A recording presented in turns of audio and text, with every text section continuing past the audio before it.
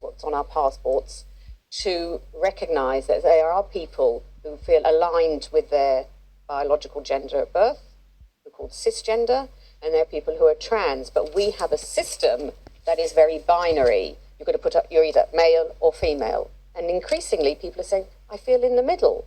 And she says, even if it's not about you as someone who may have what they call gender fluidity, it says something about our society.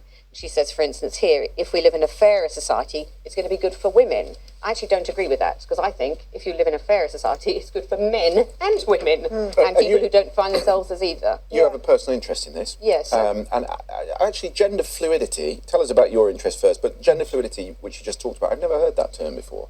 Yes, it's an interesting fact. I know someone who has it as a tattoo, fluidity, and it's people who say, I don't feel male or female. Sometimes I feel like this, and sometimes I feel like that. And rather than the first thing when you're born is, are they male or female? So the number one thing about you is, what is your gender? And with all those assumptions that go with it. And you have a child, don't you, who classifies themselves as gender fluid? Non-gender binary. Right. That's right. And it's opened up the whole world of language for me. Yeah. Because you don't want to offend people or upset them, but you don't know how to talk. So what we do now is, rather than saying she or he, we use as much as possible they. And so that people can define themselves according to gender as they want. How old is your child, if you don't mind? 24. So how did that come about? How? So they are a really wonderful person. Yes. And a few years ago, they were reading something about being non-gender binary, or other people call it gender queer. But only recently? Yeah. And then they thought, that's me. I don't feel particularly female, which is my gender, assigned gender at birth. I feel, they say very brilliantly, I feel, don't feel like this and that. And what's been great, and we're so lucky to live in these times, gosh, so brilliantly lucky, is that there are other people out there, there's a world out there, a receptive world out there. And I think just what we were saying before is that the transgender world and the whole issues around it, and language and mental health issues for young people when they are in fluidity, thank God we're talking about it now properly. And the struggle is, how do we deal with this properly? And has this changed how your child feels now then? Has it kind of weight been lifted because they feel like they don't have to be? I hope so. Yeah. I wouldn't want to speak for them, but I hope so.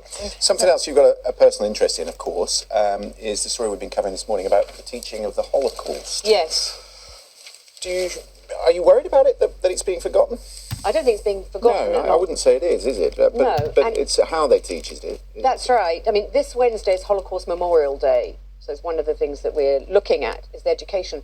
And of course, what's important is it's not just Holocaust Memorial Day, it's about genocides, Rwanda, Cambodia, and how people are seen as others, how they become dehumanized as others. People who are talked of, I mean, even if you look at all the language around migrants and refugees, how do we treat the other is very much connected to that. And if I were a teacher in a secondary school, I would be nervous how to treat Holocaust, because you don't want to get it wrong out of a good place. You don't want to mess it up.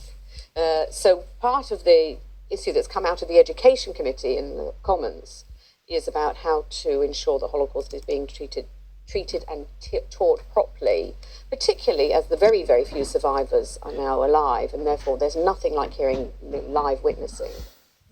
And you've picked out a story in The Sun as well to do with broadband speeds, which I know gets on everyone's wick when they can't get the speed that they're told they should get, and it varies so massively, doesn't it, between different places? Absolutely. You've got here, how long does it take to download a film in Penzance, which is the place to be.